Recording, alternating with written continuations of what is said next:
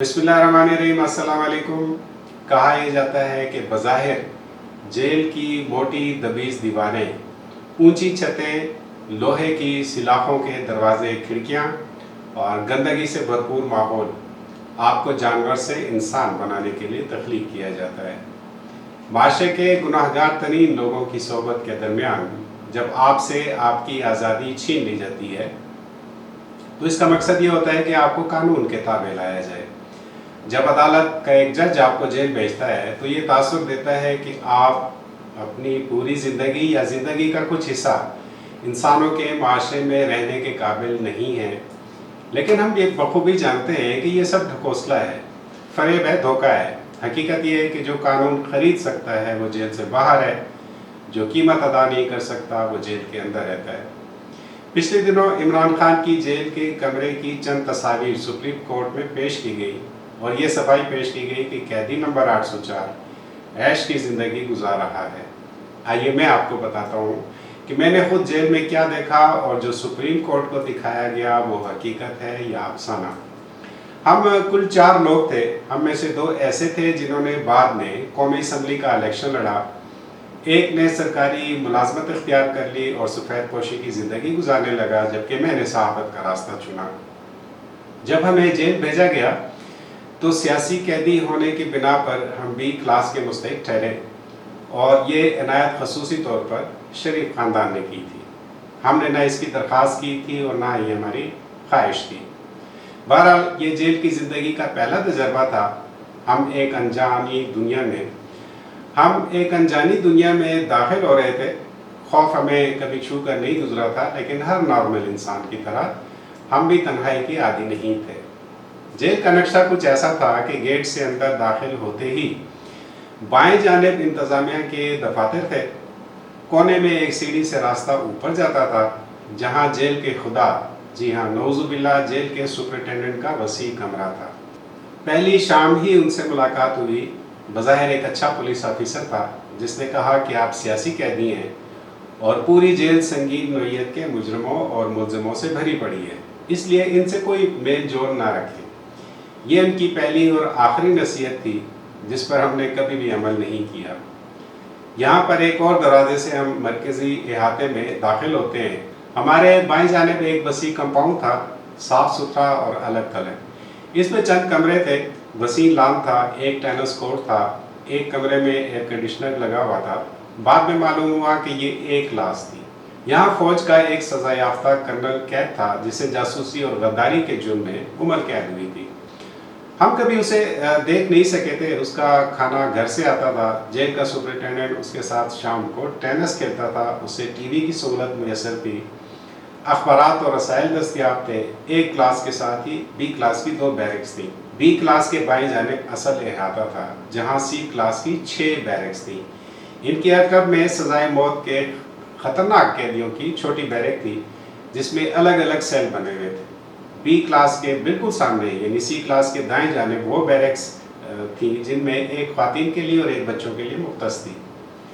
Jail के kitchen पिछली जानिब थे, जबकि जेल की इंतज़ामिया के छोटे अफसरों के रिहायशी क्वार्टर्स और बड़े अफसरों के घर जेल अहाते से बाहर लेकिन मुल्हिक कंपाउंड में थे। अंदर दाखिल होते ही हमारी मुकम्मल तलाशी ली गई और हमें बी क्लास की एक बड़ी सी बैरक में, जहां 100 से ज़्यादा लोग समा सकते थे, दाखिल कर दिया गया। ये सर्दियों का मौसम था और कुछ देर में हमारा सारा सामान जिसमें बिस्तर, इस्तेमाल के कपड़े, किताबें और खाने पीने की ज़रूरियात जो हमारे घरों से आई थी फराहम कर दी गई थी। दिन में तमाम बैरकों के कैदियों को एक साथ एक हद तक आज़ाद कर दिया जाता था, यानी वो अपनी बैरकों से बाहर आ जाते, मिलजुल कर गपशप लगाते, घरों से आई हुई खाने पीने की अशिया वसूल करते जो मुख्तलिफ शॉपरों में एक लंबी तवील लाइन में रख दी जाती थी।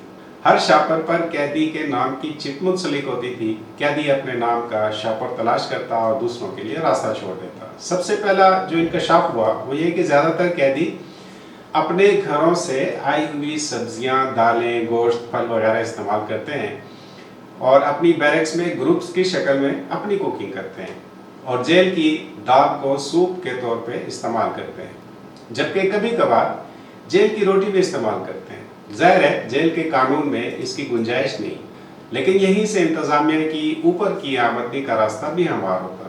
جہاں خوراک پہنچ سکتی ہے وہاں دیگر ضرورت کی اشیاء کیسے نہیں پہنچ سکتی. خصوصی نذرانہ دے کر گھر کی خواتین یا خواتین بیرک میں دھندا کرنے کے جرم میں قید عورتوں کے ساتھ بھی پرائیویٹ وقت گزارنے کی سہولت میسر تھی. پھر ایک روز دیکھا کہ ایک سمارٹ نوجوان قیدی نے خواتین بیرک کی ایک قیدی خاتون سے رومانوی ملاقاتوں کا اہتمام بھی کر رکھا ہے. اس جیل میں معصوم قیدی بچوں کو جنسی تسکین کے لیے مرد قیدیوں کو فراہم کیا جاتا ہے. میں نے جیل کے قیام کے دوسرے روز ہی اپنے ساتھیوں سے یہ کہا تھا کہ اڈیالہ جیل جرائم کی تربیت گاہ ہے. یہ فحاشی کا اڈا ہے، منشیات کا مرکز ہے، طوائف کا ایک کوٹھا ہے. یہاں لوگوں کو سدھارا نہیں بگاڑا جاتا ہے. لوگوں کو قانون کی کتابیں نہیں، قانون خریدنے کے مواقع دیے جاتے ہیں. میری سب سے بڑی مصروفیت لوگوں سے ملاقات ہوتی تھی. نامی گرامی قاتلوں، چوروں، اسمگلروں، منشیات فروشوں، زنا کے مجرموں، حتیٰ کہ ہائی جیکروں سے بھی میری ملاقاتیں ہوئی. اور میں نے یہ جانا کہ جیل اصل میں ہے کیا. اس کی وہ تصویر جو دنیا کے ذہن میں ہے وہ حقیقت سے کوئی تعلق نہیں رکھتی. جو آپ کے وہم و گمان میں نہیں، جو آپ سوچ نہیں سکتے، نہ تصور کر سکتے ہیں، جیل وہ منظر ہے. یہاں آپ محفوظ رہتے ہیں، اچھے سے اچھا کھانا کھاتے ہیں، اچھا لباس پہنتے ہیں، کتابیں پڑھتے ہیں، موبائل فون پر گھر والوں سے ویڈیو کال پر بات کرتے ہیں. یعنی پیسہ پھینک تماشا دیکھ. قوت خرید ہے تو سب کچھ میسر ہے، نہیں تو یہ واقعی جیل ہے. مجھے یاد ہے ایک روز ضرورت سے زیادہ پھل، مٹھائیاں، خشک میوہ اور نہ جانے کیا کیا ہمارے کمرے میں پہنچ گیا. وسیع بیرک میں جہاں 100 لوگ رہتے تھے وہاں پورا فرش ان اشیاء سے بھرا ہوا تھا. ایک بنگالی نوجوان مشقتی ہمارا تازہ کھانا بناتا تھا. دن میں کئی بار ہم خود چائے بنا لیتے تھے. ضرورت کے سارے برتن موجود تھے. سردی سے بچاؤ کے لیے متعدد بستر اور کمبل موجود تھے. کتابوں کی ایک پوری لائبریری موجود تھی. ہم بھرپور واک اور ورزش کرتے اور سردیوں کی دھوپ سے استفادہ کرتے. ہمارے وزن بڑھ گئے تھے، چہروں کی لالی میں اضافہ ہو گیا تھا. یہ جو تصاویر آپ دیکھ رہے ہیں یہ عمران خان کا کمرہ ہے. مجھے یاد ہے ایک روز جیل میں سزائے موت کے قیدیوں کے سیل کی طرف جا نکلا. اس طرف جانے کی اجازت نہیں تھی، لیکن ڈیوٹی پر موجود سنتری کو میں نے راضی کر لیا اور کچھ دیر کی اجازت لے لی. یہاں پین امریکن ایئر لائن کا طیارہ اغوا کرنے والے فلسطینی ہائی جیکر قید تھے. یہ ایک لائن میں 6 سیل تھے. عربی زبان سے آشنائی بھی تھی، اس لیے فلسطینی نوجوانوں سے گپ شپ ہوئی. عمران خان کو انہی میں سے ایک سیل میں رکھا گیا ہے. اس بیرک کی سب سے خوفناک بات یہاں کی خاموشی ہے.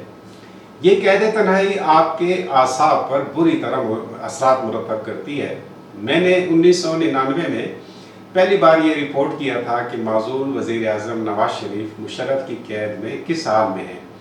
تب میں نے لکھا تھا کہ نواز شریف خاموشی کے عذاب سے پریشان ہیں اور ایک سپاہی نرم فلیٹ پہن کر بغیر کسی آہٹ کے ان کے سیل تک آتا ہے، بغیر کوئی آواز پیدا کیے کھانے کی ٹرے سلاخوں کے نیچے سے اندر کھسکاتا ہے اور دبے پاؤں لوٹ جاتا ہے. نواز شریف چیخ چیخ کر کہتے تھے میں ملک کا وزیر اعظم ہوں، مجھ سے بات کرو. لیکن کوئی انہیں جواب نہیں دیتا تھا، بلکہ ان تک کوئی آواز ہی نہیں پہنچ سکتی تھی. جیسا کہ میں نے پہلے بتایا کہ فوج کا سزا یافتہ کرنل شام کو ٹینس کھیلتا، لان میں بیٹھ کر گرم کافی کی چسکیاں لیتا، ٹی وی پر پسند کی فلمیں دیکھتا، رات کو برج کھیلتا، ناول پڑھتا اور گہری میٹھی نیند کے مزے لیتا. اسے معلوم تھا کہ 3-4 برس میں جیل سے باہر ہوگا، اپنا سرمایہ سمیٹے گا، بیوی بچوں سمیت ملک سے باہر جائے گا، ایک جزیرہ خریدے گا، شاندار گھر بنائے گا، ایک یاچ خریدے گا، سمندروں کی گہرائی ناپے گا، سگار پیے گا، کسینوں میں جوا کھیلے گا اور ہو سکے تو اپنی یادداشتیں بھی مرتب کرے گا، کیونکہ وہ مقدر کا سکندر ہے اور یہ مقدر اس نے اپنے لیے خود بنایا ہے. آج اگر جیل کا کنٹرول پولیس کے پاس ہوتا تو قیدی نمبر 804 کو اس سے کہیں زیادہ سہولتیں میسر ہوتی. لیکن عمران خان کے بقول اس جیل کا عملاً کنٹرول ایک کرنل کے پاس ہے جو سی سی ٹی وی سے مسلسل اس کی نگرانی کرتا ہے کہ قیدی نمبر 804 کو کسی قسم کی کوئی رعایت نہ مل سکے، کوئی اس سے ملاقات نہ کر سکے. وہ اس لمحے کا منتظر ہے کہ کب یہ قیدی ٹوٹ کر بکھرتا ہے، منت سماجت کرتا ہے، ہاتھ جوڑتا ہے اور رحم کی اپیل کرتا ہے. हम में से अक्सरियत ये बात जानती है कि वो जो इमरान खान है वो न टूटेगा, न बिखरेगा, न माफ़ी मांगेगा, न मुल्क छोड़कर बाहर जाएगा। वो रूम कूलर के साथ छोटे से बिस्तर पर चंद किताबों के बीच 100 साल गुजार देगा, मगर गुलामी की एक स्याह शब्द भी उसे कबूल नहीं। अलबत्ता कल के कर्नल और आज के कर्नल में कोई फ़र्क है या नहीं, इसका फैसला तो आने वाला वक्त करेगा, लेकिन मैं इतना जानता हूँ कि अडियाला जेल की कैद कोई सज़ा है ही नहीं। ये तो आपको तैयार करती है आसमान की वुसअतों में ऊंची उड़ान के लिए। यह आपकी तरबियत करती है इस कामयाब ज़िंदगी के लिए जो आपने बाहर आकर गुजारनी है, चाहे उसके लिए आप बैरून मुल्क जजीरे खरीदें, ख़ानदान समेत मुल्क से बाहर जो है वो शिफ्ट हो जाएं, या फिर अपने ही हम अपनों को कैद से आज़ादी के लिए और इनकलाब के लिए जदोजहद करें। और इमरान खान के बारे में हम इतना तो जानते हैं कि उसकी रिहाई बहुत सौ की कैद है। वो बाहर निकला तो कई अंदर जाएंगे, मुल्क छोड़कर फरार होंगे, माफ़ी तलाफ़ी की भीख मांगेंगे। चलें इंतज़ार करते हैं कि कब जेल का फाटक टूटता है और इमरान खान बाहर आता है।